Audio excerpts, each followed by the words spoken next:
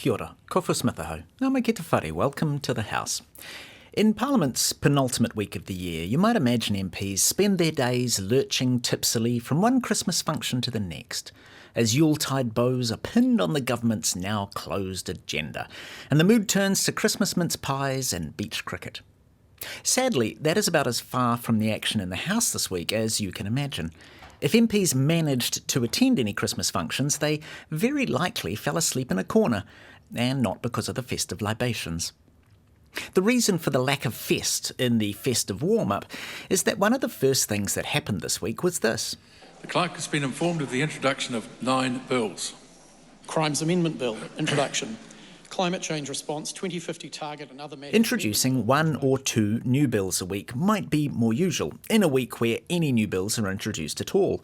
9 is a lot. And 9 wasn't all of them, because before the day was out there was another to add to the pile, introduced at the last possible moment before it was debated under urgency. And why was the 10th bill added so late? Well, it's unlikely the drafters were desperately scribbling out the concluding few sentences. Possibly it was because it was also the first bill up for debate, under an urgency plan, and a late addition makes it hard for the opposition. I understand it's the intention of the government to introduce a bill. Resource Management Duration of Consents Amendment Bill, introduction. This bill is set down for first reading immediately. Debating under urgency is the order of the week. The week's plan has 7 first readings, including a number of the 10 new bills. Also up for urgent debate, 4 other bills already in process. But briefly, what are the 7 first readings before Christmas?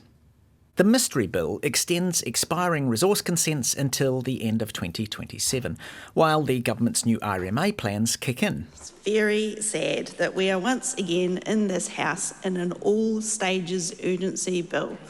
A bill that we have only seen this afternoon. A departmental disclosure statement that we have just picked up off the table now, because in the Minister's press release that came out this afternoon, the link did not work. But it is quick reading, Mr. Speaker, because it just says no, no, no, no, no, no, no. Has there been a regulatory impact statement? No. Has there been a proper analysis of how many consents this will apply to? No. No, no, no, no, no. Emergency Management Amendment Bill number 2, introduction.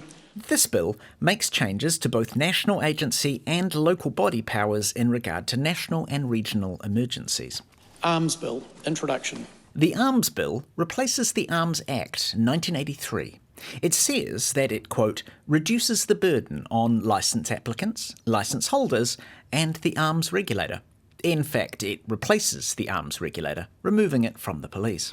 Crimes Amendment Bill, introduction. The Crimes Amendment Bill does a lot of things, including changing the rules around citizen's arrest and property defence.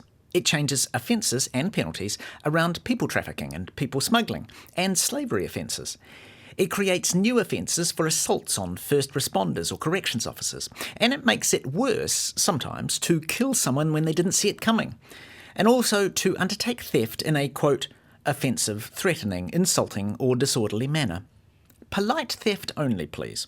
Climate Change Response 2050 Target and Other Matters Amendment Bill, introduction. This climate change bill pretty much halves the government's biogenic methane reduction target to as little as a 14% reduction by 2050. Fear not, though, it also institutes a review of the new reduction plan, and for that review you only have to wait until 2040. The climate bill is also using urgency to avoid the select committee process, and therefore public feedback. Why is not exactly obvious. The methane target change is not exactly urgent, but skipping public feedback will avoid facing climate experts in committee. Public Works Amendment Bill, introduction. And finally, the Public Works Amendment Bill, which follows from a review into how the government can improve the efficiency and clarity of acquiring land through the Public Works Act. One change it does make is requiring consent from the Minister for Māori Affairs when the government intends to take protected Māori land for government work. Now, by my count, the week's whole plan involves progressing 12 different bills through 32 stages of debate. And by the time the MPs get to Christmas, they will be sobbing gently under the tree. When the week will actually finish is anybody's guess. You've been listening to The House. E te whakarongo koe ki te whare. This program is produced with funding from Parliament's Office of the Clerk. Mā te wā.